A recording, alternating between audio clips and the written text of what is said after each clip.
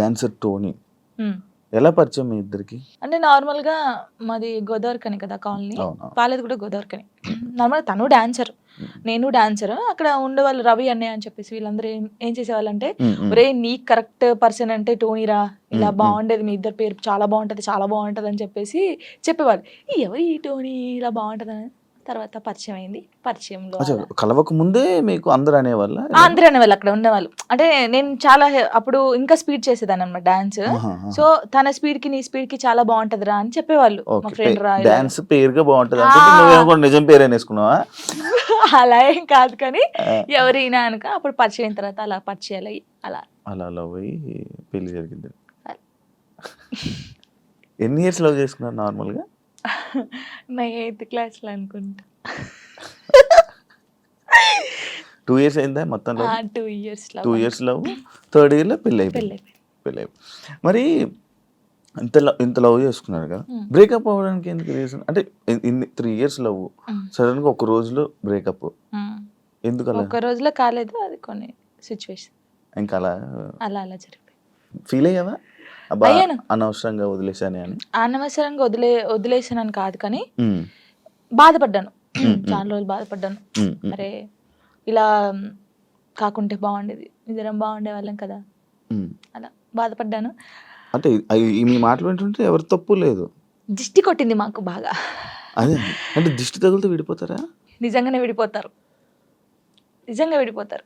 అది దిష్టి కొడితే. ఫ్రెండ్షిప్ అయినా ఫ్రెండ్‌షిప్ అయినా ఏదైనా సరే ఉమ్, మన మీద కళ్ళు పడ్డాయనుకో ఉమ్. విడిపోతాం. నమ్ముతారా ఇది? నమ్ముతాను, నేను చాలా నమ్ముతాను. ఇంకా నాకు జరిగింది కాబట్టి నేను నమ్ముతాను. దిష్టి వల్లే విడిపోయింది. ఇప్పుడు తమిళ్ పెట్టండి. దిష్టి పల్ల విడిపోయిన వీళ్ళిద్దరు ఎందుకయ్యా సామి ఇదంతా నాకు అనిపిస్తుంది ఇప్పుడు. ఏ, ఏమైనా స్ట్రగుల్స్ ఫేస్ చేసావా విడిపోయినాక? లైక్ పెళ్ళి అయ్యాక కానీ లేకపోతే విడిపోయాక కానీ? పెళ్లిలో పెళ్ళైన తర్వాత బాగున్నాం మేము. బాగున్నాం, ఇద్దరం ఈవెంట్స్ చేసుకున్నాం, లిరిని బాగా చూసుకున్నాం. అంత కొన్ని ఇప్పుడు అవన్నీ మాట్లాడదలుచుకోలేదు నేను. ఎందుకంటే పాతవి తవ్వేసి తన లైఫ్ బాగుంది, నా లైఫ్ బాగుంది. మధ్యలో మళ్ళీ టాపిక్స్ చేసి మళ్ళీ వెనక్కి లాగడం నాకు ఇష్టం లేదు. తర్వాత పెళ్ళి అంటే ఇంకా అయిపోయిన తర్వాత, గొడవ అయిపోయిన తర్వాత చాలా మంది చాలా రకాలుగా మాట్లాడారు నన్ను.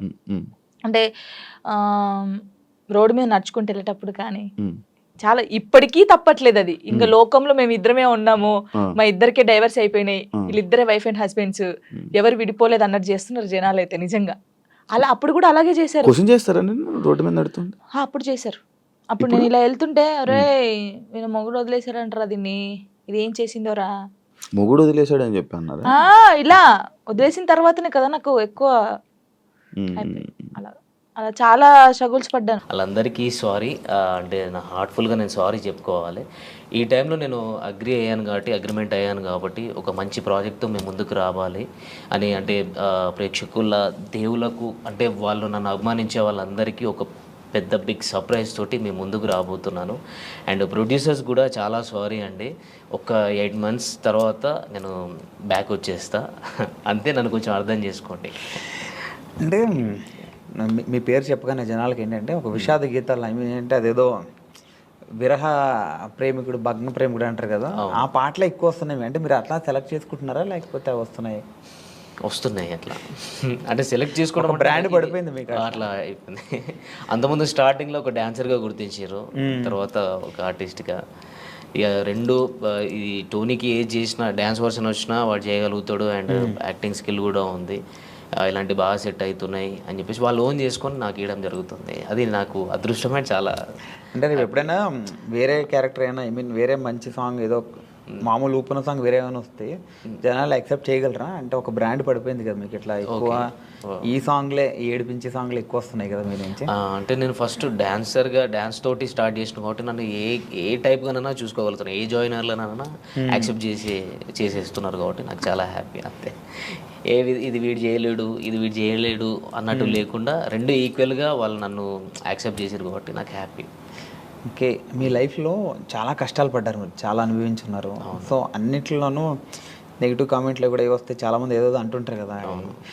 సో అలా వచ్చినప్పుడు ఎట్లా ఫీల్ అయ్యారు? నేను ఎప్పుడు అన్నీ పాజిటివ్గానే తీసుకున్నా కానీ నెగిటివ్గా తీసుకోలేదు. అంటే మనని వెనక నుంచి ఎవరన్నా పొడిస్తే మనం ప్లే ఇస్తామని నాకు తెలుసు. అంటే మన గురించి మనకు తెలియనప్పుడు ఎంతమంది అన్నా బ్యాక్ సైడ్ మాట్లాడుకుంటారు. మనతోటి మన రిలేషన్షిప్ అంటే మనతోటి ఉండి ఫ్రెండ్షిప్ చేసినప్పుడు నేనంటే ఏంటిదని తెలిసినప్పుడు వాళ్ళు అలాంటివి చేయరు. కాకపోతే ఆ కామెంట్స్ని నేను ఎప్పుడైనా కానీ పాజిటివ్గానే తీసుకున్నా, ఎప్పుడు బాధపడలేదు. అంత బాధపడి అంత పెద్దగా ఏం పెట్టలేదు కామెంట్స్ కూడా, లైట్. బాగా బాధపడిన క్షణం? బాగా బాధపడిన క్షణం అంటే మనిషి జీవితంలో హ్యాపీ ఉంటుంది, అట్లా సాడ్ కూడా ఉంటుంది, చాలాసార్లు జరుగుతుంది. కానీ మన మైండ్లో ఒకటి రిజిస్టర్ అయిపోయి ఉంటుంది కదా. అంటే నేను లైఫ్లో ఒకటి మనం ఎప్పుడైనా కానీ ఒకటి అనుకుంటాం, ఇట్లా ఉండాలి, ఒక ఫ్యామిలీతో ఉండాలి, ఇది అని నేను ఒక పెద్ద కోట కట్టుకున్న తర్వాత ఒకటేసారి కూలిపోయింది. అది కొన్ని రోజులు స్ట్రగుల్ ఫేస్ చేసిన, అంతకు మించి బాధ దాని తర్వాత కూడా నేను లైఫ్లో నేను అనుభవించలేదు. అదొకటే బాధ. మళ్ళీ ఇప్పుడు కలవాలనిపించలేదు మళ్ళీ ఈ టాపిక్. Okay okay. అంటే ఏదైనా ఇప్పుడు బ్యాక్ వెళ్తే అది నేను మార్చుకోవాలి నా లైఫ్లో అని ఏదో ఒక థాట్ ఉంటుంది కదా, అట్లా ఏముంది మీ లైఫ్లో? దేవుడు ఇచ్చిన ఒక లైఫ్లో దేవుడు ఎటు వెళ్ళాలో అనేది డిసైడ్మెంట్ చేస్తాడు. మనకు అప్ అండ్ డౌన్స్ అనేది జరుగుతూనే ఉంటుంది. దెబ్బ తాకితేనే మనకు దాని వాల్యూ తెలుస్తుంది. దాన్ని నేను మార్చుకోవాలని అనుకోవట్లేదు. నేను దెబ్బ తినాలి ఎవ్రీ టైం. ఇప్పటికి కూడా నేను ఎప్పుడు స్ట్రైట్గా వెళ్ళాలని లేదు, అప్ అండ్ డౌన్స్ తోటే వెళ్ళాలని నా లైఫ్ అనుకుంటున్నా అంతే. మార్చుకోవాలి, ఇది మార్చుకోవాలి, అది మార్చుకోవాలని లేదు. మనం ముందు ఏమైనా గోల్ పెట్టుకుంటే దాన్ని స్ట్రైట్గా ఫాలో అయ్యి దాన్ని కరెక్ట్ రీచ్ కావాలి. ఇది మాత్రం చేసుకోగలగాలి. కానీ మన లైఫ్ని మార్చుకోవాలంటే ఈ గోల్నే మనం ఏదైతే అనుకున్నామో ఆ సక్సెస్తోనే మార్చుకోవాలి అంతే. అంటే డాన్సర్ టు యాక్టర్ అయ్యారు, ఇప్పుడు ఆర్టిస్ట్ అయ్యారు కదా. అవును. సో డాన్సర్ నుంచి ఆర్టిస్ట్గా టర్న్ అవడం అనేటప్పుడు మీరు చాలా స్ట్రగుల్ ఫేస్ చేస్తుంటారు కదా. ఎందుకు అలా వెళ్ళడం, ఇక్కడ బాగుంది కదా అని ఫీల్ చాలామంది చెప్పుంటారు మీరు. సో ఎందుకు ఇట్లా ఎలా అంటే డాన్సర్ నుంచి యాక్టర్గా అంటే ఇట్లా ఎందుకు చూస్ చేసుకున్నాను అంటే, డాన్సర్ అంటే బేసిక్గా యాక్టర్ అనమాట. అంటే డాన్స్ అంటే అది స్క్రీన్ వెనకాల ఉండి కొన్ని ఉంటాయి కదా, సో అట్లా కాకుండా మొత్తం మీ మీదే నడుస్తుంటుంది మొత్తం ప్రతిదీ. అంటే ప్రతిదీ అక్కడ ఏంటంటే ఎమోషన్ అన్నది అంత పట్టించుకోండి. మీరు కొరియోగ్రాఫ్ చేస్తారు అంత బాగుంటుంది, ఇక్కడ ఎమోషన్ అంతా చాలా ఉంటుంది కదా. ఆర్టిస్ట్గా కూడా చూస్తుంటారు కదా, సో కష్టం అనిపించిందా లేకపోతే? లేదు, నాకు చిన్నప్పటి నుంచి ఆర్టిస్ట్ అంటే యాక్టింగ్ కానీ డ్యాన్స్ కానీ చాలా ఇష్టం. అట్లనే చిన్నప్పటి నుంచి ఉంది. ఒక డాన్సర్గా అంటే ఫస్ట్ ఆఫ్ ఆల్ డాన్సర్గా ఒక గుర్తింపు తెచ్చుకున్నాం కాబట్టి అది ఉంది. నాకు కూడా ఎప్పుడైనా ఇలాంటి క్యారెక్టర్ చేయాలి, ఇట్లా ఉండాలి, ఇది చేయాలి, మనం ఒక డాన్సర్గా కాకుండా ఒక యాక్టర్ కూడా ప్రూవ్ చేసుకోవాలని నాకు చిన్నప్పటి నుంచి ఉండే. ఆ ఛాన్స్ నాకు వచ్చింది, చేసుకున్నాను. గుర్తించారు ఆడియన్స్, అంటే జనాలు కూడా నన్ను యాక్సెప్ట్ చేసారు. హ్యాపీ. మీకు ఎవరంటే బాగా ఇష్టం? ఈ డాన్సర్స్లో బాగా ఇష్టం మీకు? డాన్సర్స్లో ఎవరు బాగా ఇష్టం? డాన్సర్స్లో డాన్స్ చేసే వాళ్ళు ప్రతి ఒక్క ఇష్టం. అంటే ఇన్స్పిరేషన్ ఒకళ్ళు ఉంటారు కదా, అలా ప్రభుదేవ్ మాస్టర్, చిరంజీవి గారు. ఓకే, అట్లా. సో అందుకే ఆయనలాగా మీరు ఆర్టిస్ట్ అయ్యారు, డైరెక్టర్ అవుతారా? మళ్ళీ ఆయన కూడా డైరెక్టర్ కదా. డైరెక్షన్ స్కిల్స్ ఉన్నాయి, డైరెక్షన్ చేసేది నేను.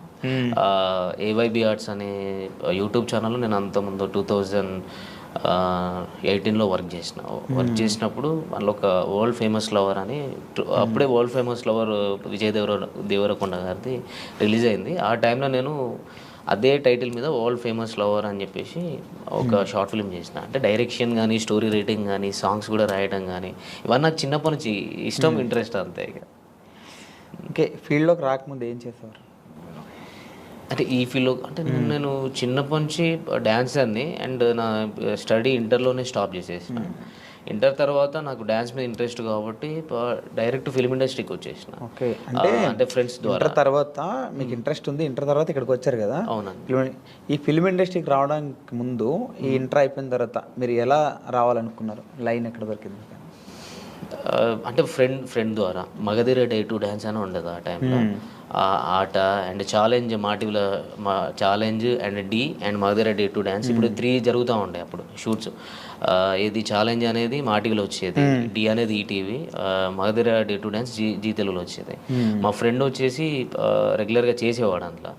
నన్ను మా ఫ్రెండ్ ఏం చేసిండు, సాగర్ ఆయన పేరు, ఆయన తీసుకెళ్ళాను అనమాట. నువ్వు డ్యాన్స్ బాగా చేస్తున్నావు కదరా, నువ్వు కూడా సైడ్ డాన్సర్గా చేసేవరా కంటెస్టెంట్స్ తోటి అని చెప్పేసి తీసుకొని వచ్చిండు. నందు మాస్టర్తో చేసినాం. దాని నుంచి మెల్లగా శోభన్ మాస్టర్ అని చెప్పేసి హైదరాబాద్లో ఉండదు దిల్సుఖ్ నగర్లో, ఆయన రాకేష్ మాస్టర్ని పరిచయం చేయించిండు. మన రాకేష్ మాస్టర్ ఉన్నారు కదా, ఆయనను పరిచయం చేయించి ఇట్లా స్టూడెంట్స్ ఉన్నారు మాస్టర్, మీ దగ్గర పెట్టుకోండి, ఈవెంట్స్ కానీ ఏమైనా ఉన్న వాళ్ళు అన్నీ చేస్తారు అని చెప్పనంటే, వాళ్ళ తరపు నుంచి మేము బోరబండలో ఉండే అప్పుడు రాకేష్ మాస్టర్ గారు. అప్పుడు అక్కడికి వెళ్ళి అట్లా స్టార్ట్ అయింది. అక్కడ నుంచే మాస్టర్ అంటే చాలా మాస్టర్ దగ్గరనే నేర్చుకున్నాను. నాకు ఒక డాన్సర్గా నేను డ్యాన్స్ చేయగలుగుతాను కానీ ఎక్స్ప్రెషన్స్ అవన్నీ నాకు తెలిసి ఉండేవి కాదు. 2008, 2009లో నేను ఇక్కడ ఇంద్రలోక్ కాంప్లెక్స్లో ఉండేది. అప్పుడు బోరమండ నుంచి ఇక్కడికి ఇంద్రలోక్ కాంప్లెక్స్కి వచ్చినాం అనమాట, ఇంద్రానగర్ దగ్గరికి. అక్కడ ఇన్స్టిట్యూట్ మాస్టర్ ఓపెన్ చేసారు. అక్కడ ఒక 1 year వర్క్ చేసినాం కావచ్చు. ఆ టైంలో నాకు డ్యాన్స్ తప్ప ఏం తెలిసేది కాదు. అన్ఎక్స్పెక్టెడ్ అంటే ఆయన ప్రతిరోజు క్లాస్ తీసుకున్నట్టు, అసలు డ్యాన్స్ చేస్తే డ్యాన్సే కాదు ఎక్స్ప్రెషన్స్ ఉండాలి, అలాంటివి నేను ఆయన దగ్గర చాలా నేర్చుకున్నా.